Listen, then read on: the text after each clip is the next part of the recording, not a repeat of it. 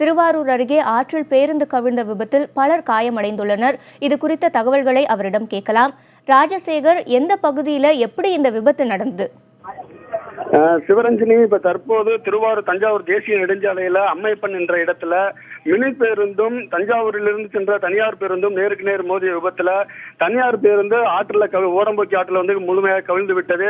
இந்த இரண்டு பேருந்திலும் பயணம் செய்த சுமார் 70க்கும் மேற்பட்டோர் தற்போது காயமுற்று திருவாரூர் அரசு மருத்துவக் கல்லூரி மருத்துவமனைக்கு சிகிச்சை பெற்று வராங்க. இந்த பகுதியில இதில் ஆனந்தவள்ளி காவனூர் பகுதியை சேர்ந்த ஆனந்தவள்ளி என்ற பெண்மணி சம்பவ இடத்திலே உயிரிழந்திருக்கிறார். மேலும் தீயணைப்புத்துறை வீரர்கள் இந்த ஆற்றில் கவிழ்ந்த வாகனத்தில் இருந்து தற்போது அங்கு உள்ள பயணிகளை மீட்டு மருத்துவமனைக்கு கொண்டு செல்லும் பணியில ஈடுபட்டிருக்காங்க.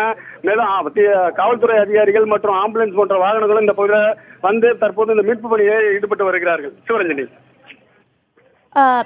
இப்போ காயமடைந்தவர்களோட நிலை எப்படி இருக்கு? இந்த விபத்துக்கு என்ன காரணமா சொல்லப்படுது?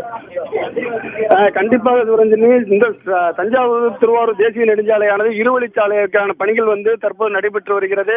இதனால் இந்த ஓரத்தை குறிப்பாக சொல்ல வேண்டுமென்றால் இந்த பகுதியில் இந்த தனியார் பேருந்துகளின் வேகம் அதிவேகத்தில் செல்வதாக இப்பகுதி மக்கள் ஒரு குற்றச்சாட்டை வைக்கிறார்கள்.